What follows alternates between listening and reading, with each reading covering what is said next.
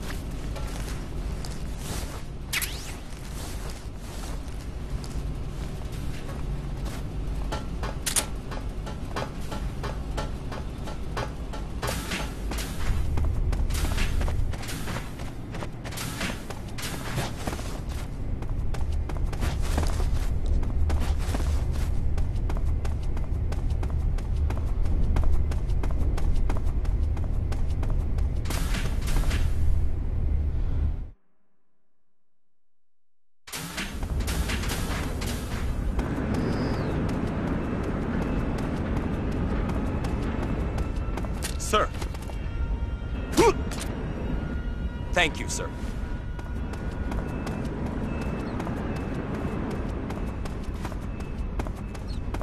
Sir.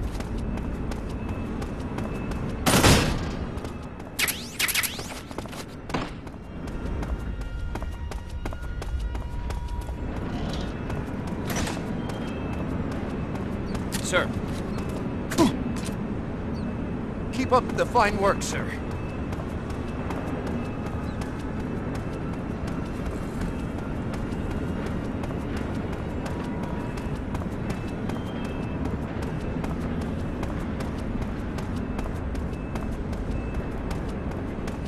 Sir.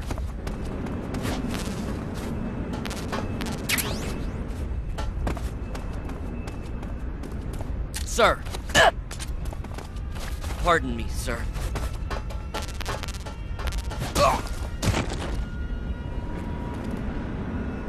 Pardon me, sir.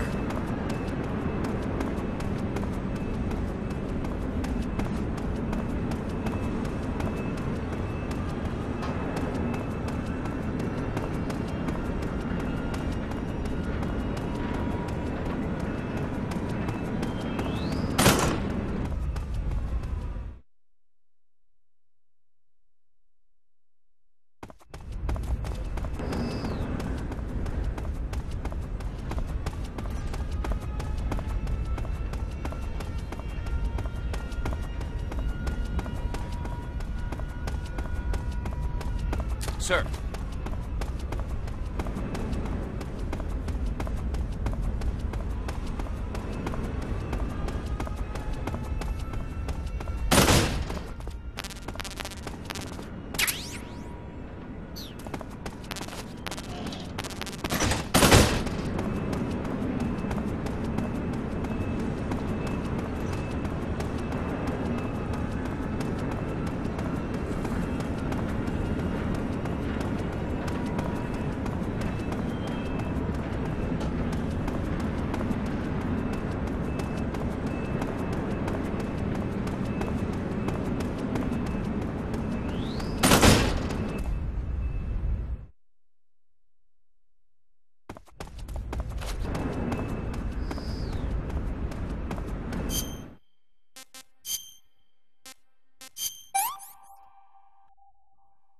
I'm gonna puke.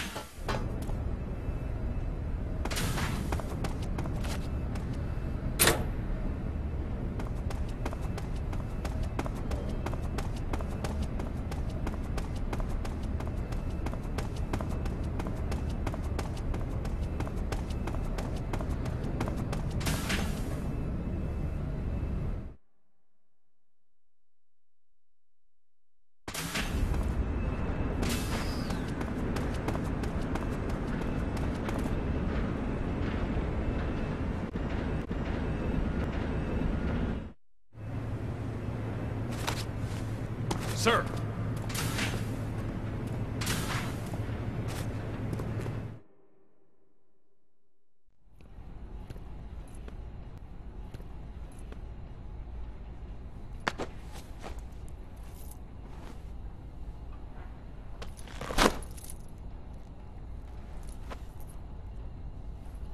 Here it is.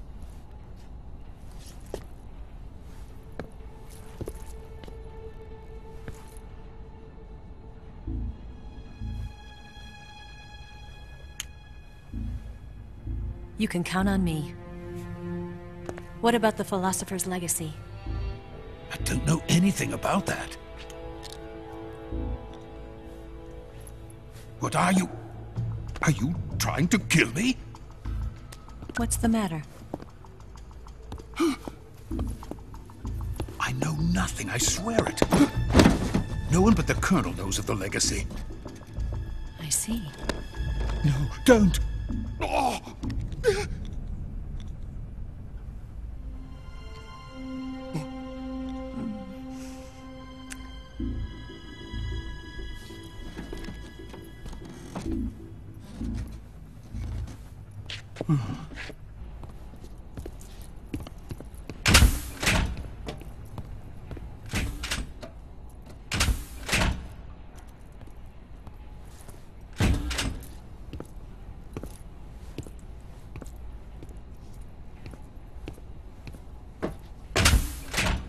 Who's there?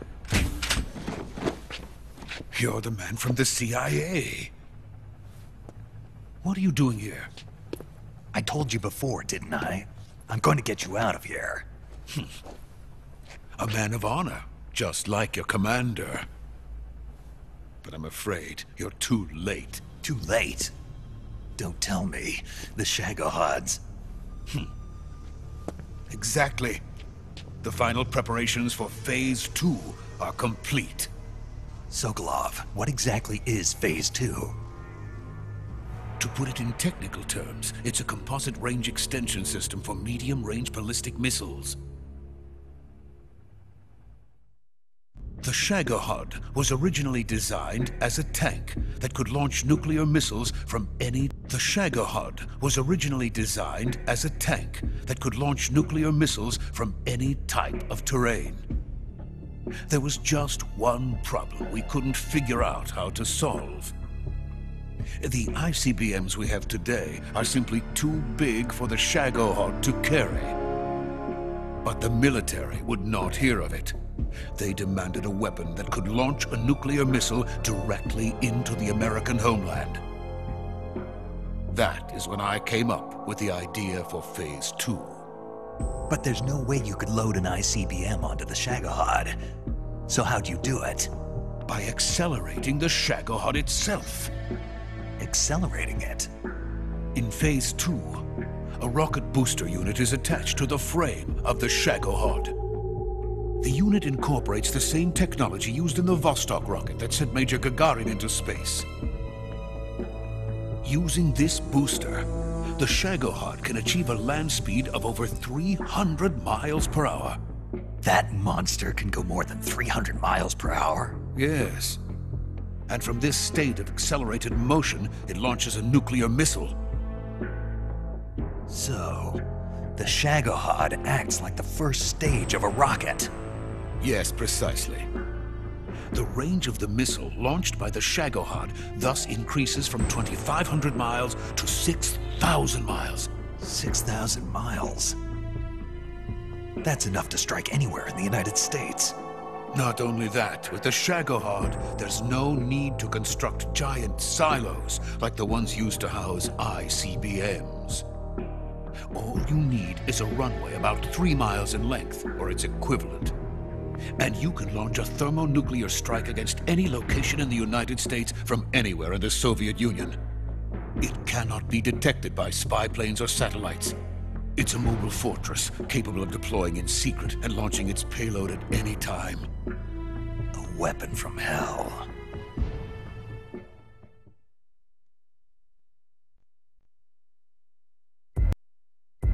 A completed prototype now sits in the hangar. At present, it is the only one of its kind. But Vulcan is planning to mass-produce them based on that prototype.